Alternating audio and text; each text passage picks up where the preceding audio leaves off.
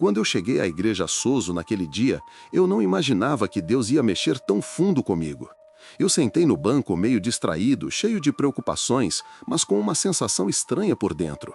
Eu vivia dizendo para Deus no meu coração algo como: se o Senhor existe mesmo, me mostra um sinal, faz alguma coisa para eu acreditar de verdade.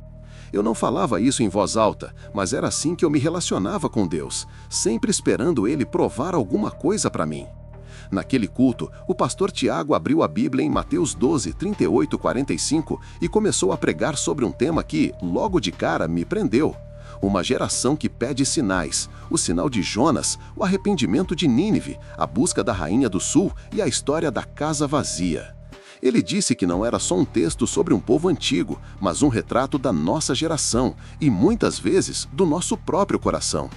O primeiro ponto da mensagem foi quando Jesus chama aquela geração de má e adúltera. O pastor explicou que Jesus não estava falando de adultério só no sentido sexual, mas de adultério espiritual.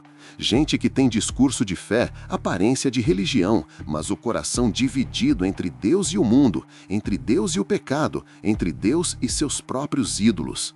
Enquanto eu ouvia, fui percebendo, eu também era assim. Eu queria o cuidado de Deus, queria bênçãos, queria respostas, mas não queria que Ele fosse totalmente Senhor de todas as áreas da minha vida.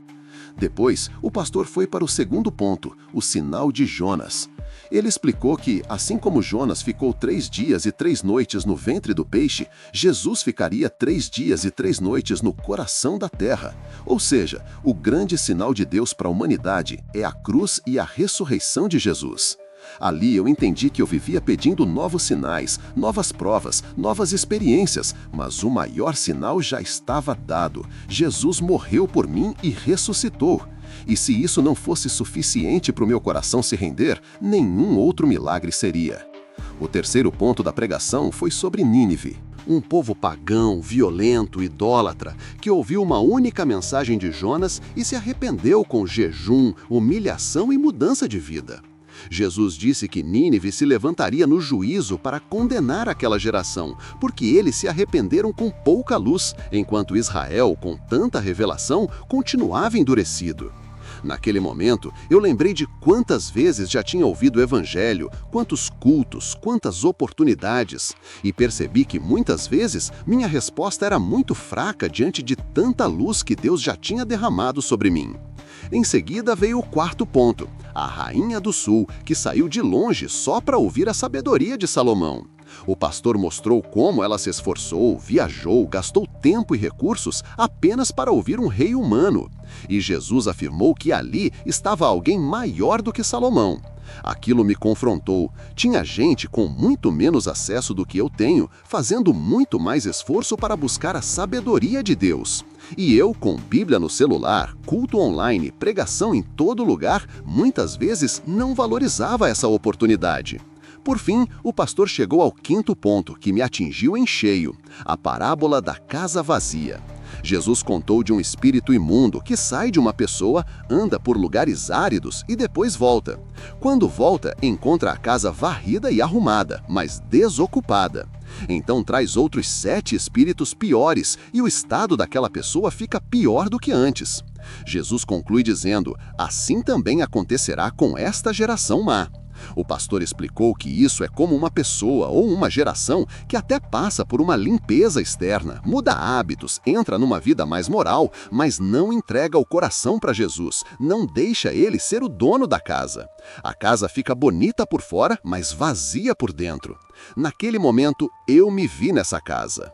Eu já tinha organizado algumas coisas na minha vida, deixado alguns pecados mais escandalosos, melhorado em vários aspectos, mas eu sabia, ainda havia áreas vazias, brechas, cômodos onde Jesus não tinha liberdade para entrar. Eu entendi que Deus não quer só melhorar minha conduta, Ele quer habitar em mim. Ele não quer só expulsar o que é ruim, Ele quer encher a minha vida com a presença dEle. Foi ali, na igreja Soso, ouvindo o pastor Tiago, que caiu a ficha. Eu fazia parte dessa geração que pede sinais, mas ignora o maior sinal. Que arruma a casa por fora, mas mantém o coração dividido. E naquele dia eu tomei uma decisão: entregar de verdade a casa inteira do meu coração para Jesus. E agora eu quero falar com você que está ouvindo esse áudio. Talvez você também esteja vivendo assim, pedindo sinais, pedindo provas, tentando se ajeitar por fora, mas mantendo o coração vazio por dentro. Hoje, Jesus está batendo a porta da sua vida. Ele já deu o maior sinal na cruz e na ressurreição. Ele quer perdoar seus pecados, quer habitar em você, quer ser o Senhor da sua história. Se você deseja isso, eu te convido a fazer uma oração simples, mas sincera, entregando sua vida a Jesus. Diga algo assim com as suas palavras. Senhor Jesus, eu reconheço que sou pecador e que muitas vezes tenho vivido como essa geração má e adúltera. Eu creio que o Senhor morreu na cruz e ressuscitou por mim. Hoje eu abro a porta do meu coração e te convido. Entra, perdoa meus pecados, muda a minha vida, ocupa toda a casa. Eu não quero mais viver vazio, quero viver cheio da tua presença. Em nome de Jesus, amém. Se essa mensagem falou com você, eu quero te pedir que não pare por aqui. Compartilhe esse áudio com alguém que precisa ouvir essa palavra. Se inscreve no canal da Igreja Sozo para continuar recebendo mensagens que edificam e confrontam em amor. E deixe o seu like, porque isso ajuda esse conteúdo a alcançar ainda mais pessoas. Que Deus te abençoe e que a casa do seu coração seja, de hoje em diante, completamente habitada por Jesus.